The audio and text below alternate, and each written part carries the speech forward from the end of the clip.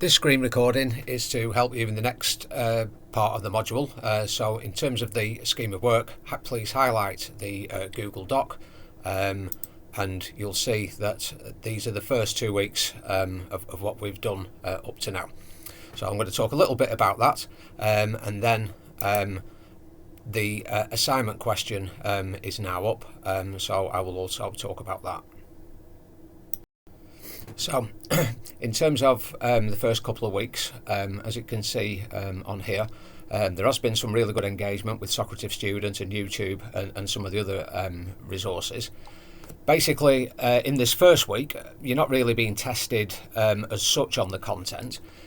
Well, but you need to be recognising the difficulties in the content. So it isn't something you're going to be writing directly about in your assignment, but having awareness of these really difficult cases like Leon Stevens, Marine A, maybe even DPP and Morgan, having awareness of how difficult some of these cases are, is a good reminder of how the law can be complicated, and hopefully it's a good reminder that, in terms of the way politicians and certain parts of the media, the way they talk about crime and criminal cases is not like what we've studied in the first couple of weeks.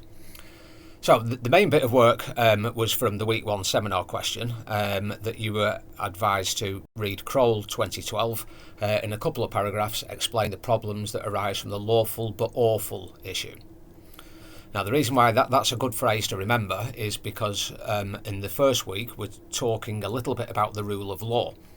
So the rule of law, as we'll see as the module develops, means that there has to be laws that cover things. I know that sounds fairly obvious, but it is a little bit more complicated than what people might assume. Anyway, what we want to think about at the start of the module is that even though something is lawful, so in other words it does meet the rule of law, it still might not be good for the public interest. It might be bad for society, hence why it could be awful.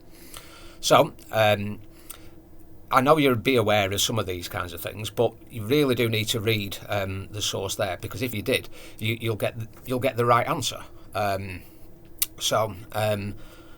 But as I've put on here, when you do read a journal, like this, the first thing you should do is write the exact pattern that's needed for your bibliography at the end of your answer.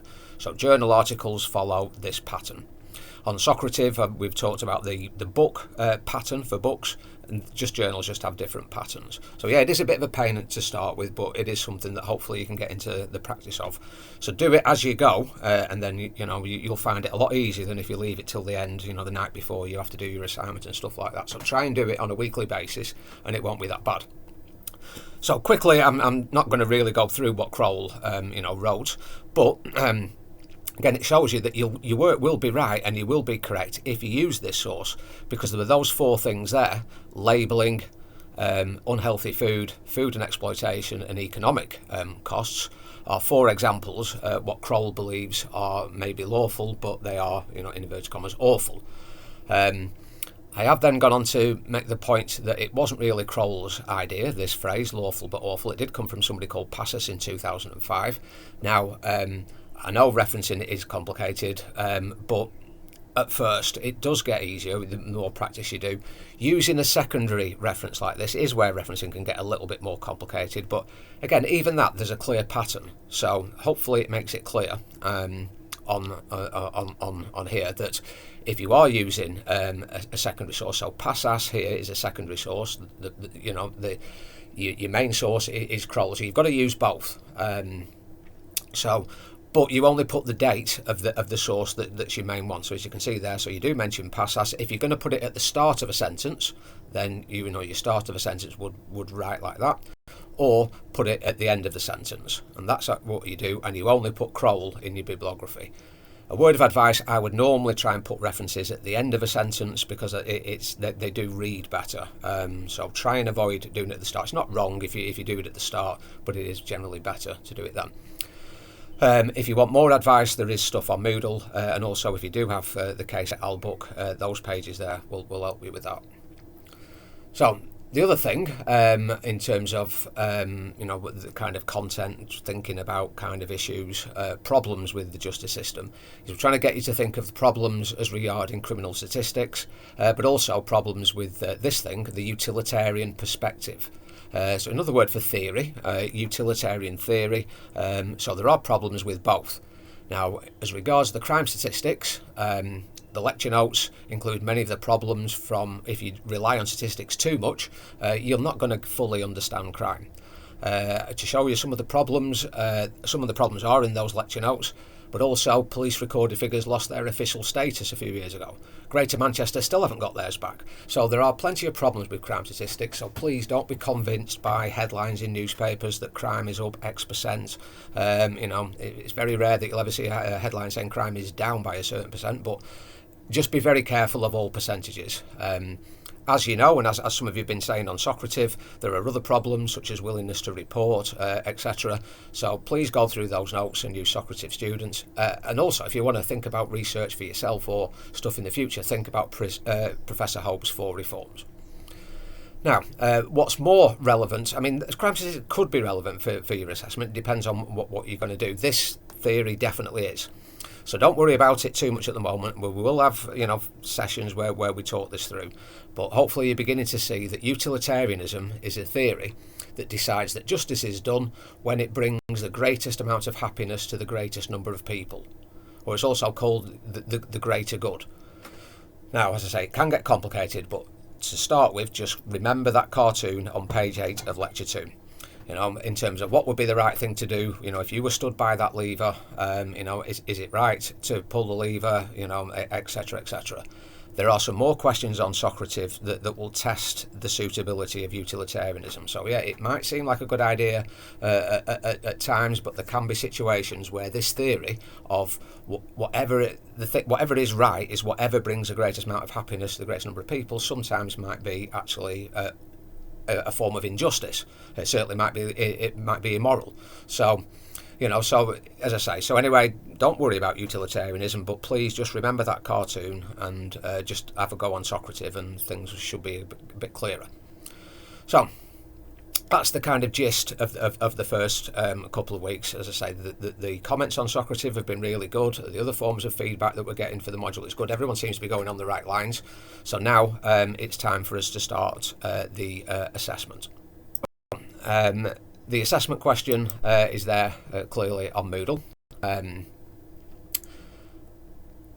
you'll see in a minute you have a couple of options. So the title of the assessment is called What is Justice? And then there's a word semiology. We will talk about that next week. Basically, it's, you'll see from the learning outcome, where it says there, a social harm perspective, that is basically semiology. It's the same thing. Again, don't worry too much about these learning outcomes. We'll work our way through them, and if we follow the advice, honestly, we won't have a problem with them. What we need to be thinking about now is, so as you can see there, the purpose of the assessment is investigating responses to non-standard examples of crime, harm and injustice. So we're not talking about obvious examples and obvious things like murder and sexual offences and stuff like that. We're talking non-standard examples. Now, to do this, you've got a couple of options. Okay, so your first option is this. Now, as it says there, you've got to explain what justice means according to Aristotle and Jeremy Bentham, and then explain semiology.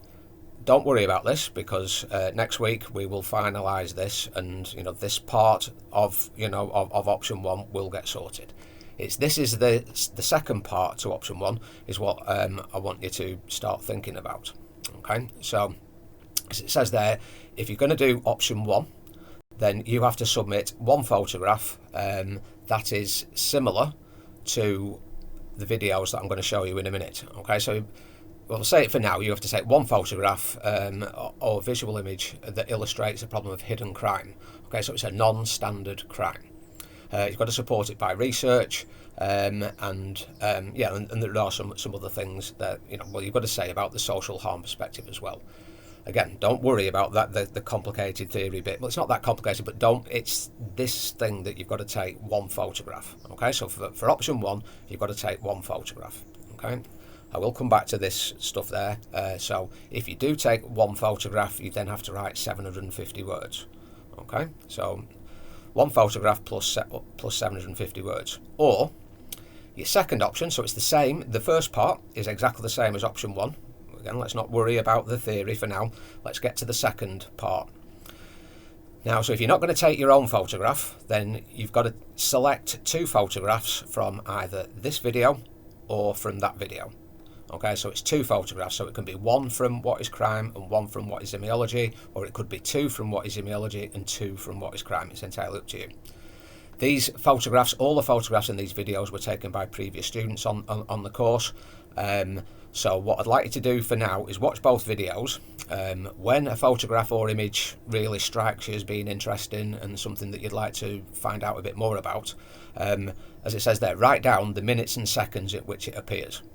So then you know exactly where you're up to in the video, and you use that going forward. So that's all really I wanted to say at the moment. I'm going to say more, and we're going to have meetings on MS Teams and various other forms of feedback and stuff for getting the work done for this. But in the meantime, as I say, just all you've got to think about is 2 options. So your first option is you can take your own photograph or visual image that's like the What is Crime, the What is Semiology video. So you can take your own and then you write 750 words, or you select 2 from other people and then you have to write 1250 words.